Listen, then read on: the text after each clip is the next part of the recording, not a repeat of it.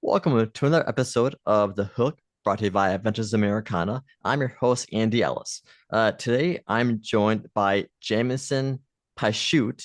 I hope I said that right. Of Yep, New you got it. York's blues rocker outfit, Handsome Jack, who just released their new album, Barnburners. Jamison, thanks for doing this, man. Andy, thanks for having me. This is cool. So you guys have actually been hitting the music scene pavement for a while. Can you talk about kind of how you guys got together and the origin of the band's name? So yeah, we've been doing this for at this point over or like 20 years, a little bit over 20 years. We started when we were in high school all together and just kind of after school going over to our buddy's basement and just, learning some cover songs and stuff. And then like one of our first gigs ever was we signed up for the high school talent show and um by that point we actually had a couple original songs, so that was like one of our first gigs, and we didn't have a name until the high school talent show, and we had to sign up and put what the name of our act was.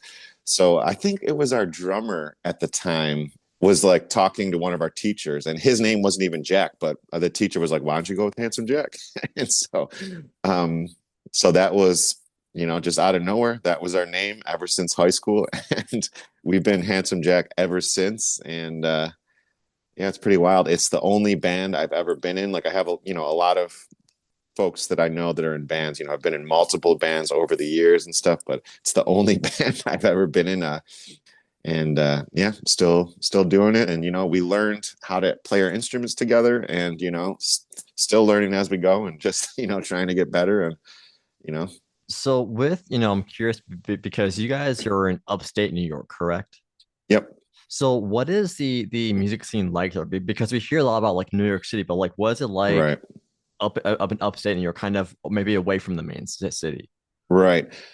Yeah, so we're at the opposite end of the state, in Buffalo. Or actually, me and the bass player Joe, we live in a small town a little bit north of Buffalo called Lockport, but by all intents and purposes, Buffalo. Um, but it's pretty cool over here. Buffalo has a really good music scene, any kind of style, you can think of, and there's, a lot of awesome venues. One actually just like one of the really well-known venues that has been around for a while. It actually briefly closed, but now it's reopening again, which is cool, called Mohawk Place. There's another one called Nietzsche's that has been there forever. Town Ballroom is like the bigger venue that a lot of touring bands come through. That's one of my favorite places. But yeah, it's got a really lively music scene, and it's kind of cool being in this area because we're very close to a lot of other traveling cities. Like, so if we're going to New York City, that's like maybe 6 hours away, Okay. but we're like 2 hours away from Toronto. We're 3 hours away from Cleveland. We're about 3.5 hours away from Pittsburgh. So there's a lot of it's very easy to string together some shows in this area. We go to Ohio all the time. In fact, next weekend we're going to Ohio for a couple gigs, Friday and Saturday. And so that's one of the benefits of being over here near the Great Lakes region, is that there's a lot of Rust Belt towns pretty close to us. So the new record, Barnburners, with a exclamation point, might I add, Yeah. it feels and sounds like it could have been recorded like in an actual barn with just a band and some mics, maybe even to tape. Can you talk about the recording process for this record? Yeah, we actually did record it on tape.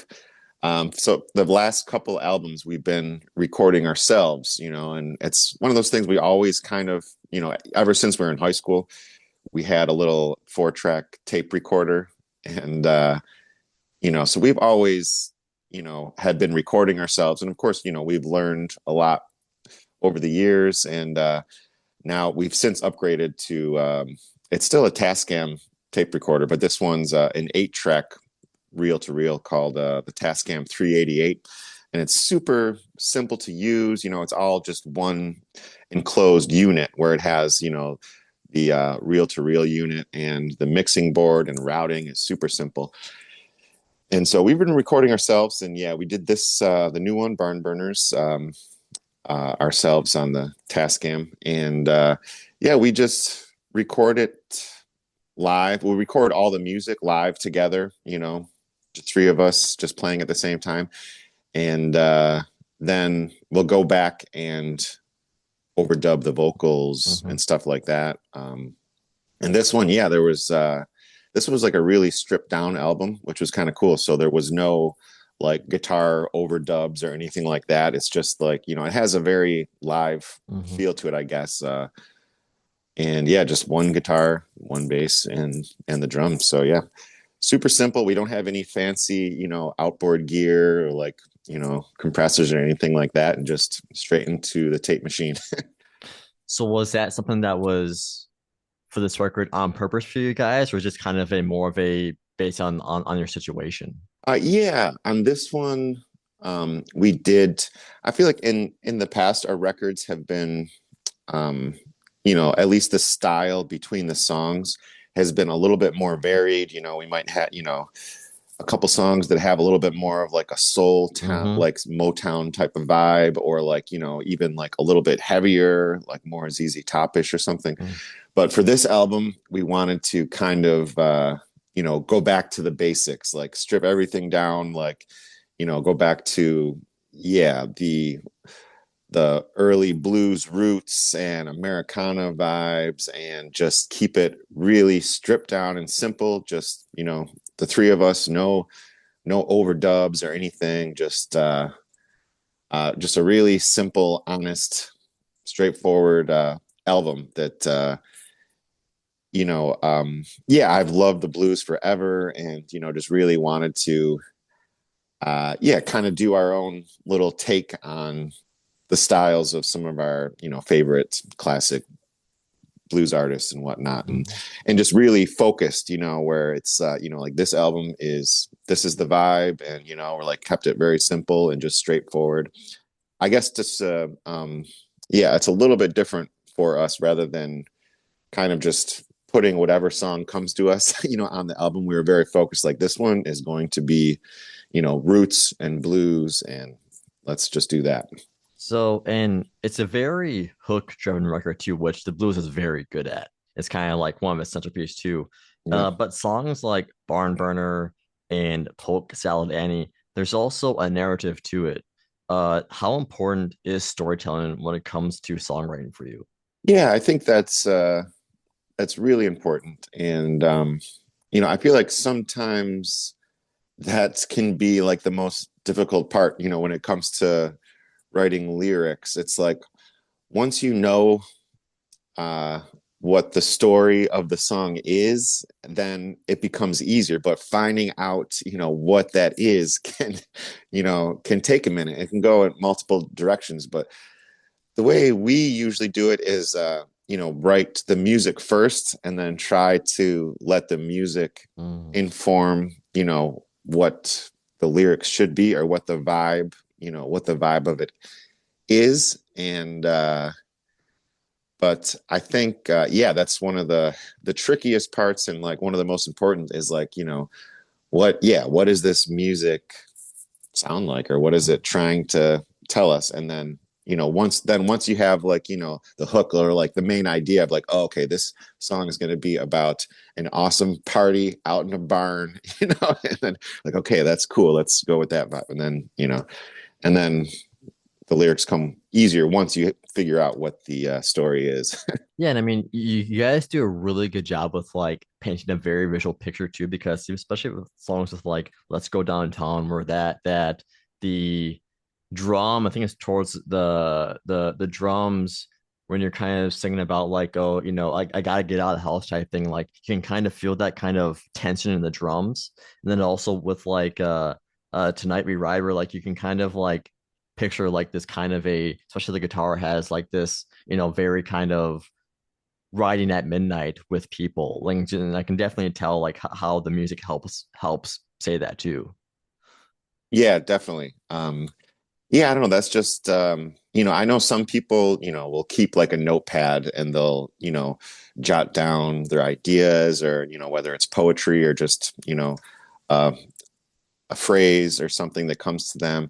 But I've always, yeah, kind of will just be jamming, and come up with, some riffs or some chord changes or something, and then let that kind of inspire me Mhm. afterwards to like, this sounds like, oh yeah, this fits perfectly, Mhm. and then go from there.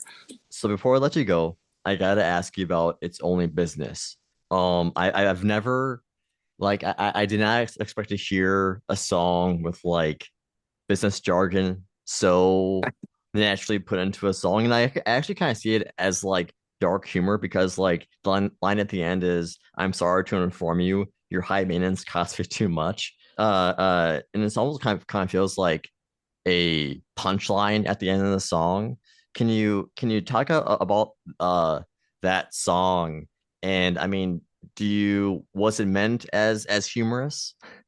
Yeah, definitely. I think a lot of our lyrics are kind of like that, like, it kind of like makes myself chuckle a little bit, and I don't know if other people get that too, but yeah, it is, of course, times are, hard for a lot of Oh, people. absolutely, yeah. And, we're just a struggling touring band trying to do it and stuff. And, it's kind of like, yeah, so it is kind of being like, oh man, I feel like I can't even afford to have a girlfriend, like so it's kind of, yeah, taking that like business jargon, like you're the boss and like, oh, you're gonna have to, I can't afford to take you out to dinner, so I'm gonna have to let you go, sorry. So yeah, it is very kind of like a dark humor, like yeah, type of So is there a lot of when you look at your writing influences, do you have a lot of comedic influences as a writer, do you think? um I don't know. I think, I feel like in blues, especially, there's kind of a lot of those like tongue in Yeah. cheek kind of lines and double entendre and things like that. So I think, blues can be, can be funny. And, it's not always sad. It's happy, it's funny, it's sarcastic. And so that's one of the cool things about that style is that, people, might have people that don't listen to a lot of blues might think, oh, it's always just like sad and depressing and stuff. But it's, it covers any type of vibe you can want. Well, also like the title Polly Molly. I was like, that can go one of two ways right now. And Right. like so that was a really cool one too. Um, well, Jameson, I gotta let you go, but thanks for doing all this. The album, Barnburners, by Handsome Jack is out now. This has been another episode of The Hook. I'm Andy Ellis. See you next time, everyone.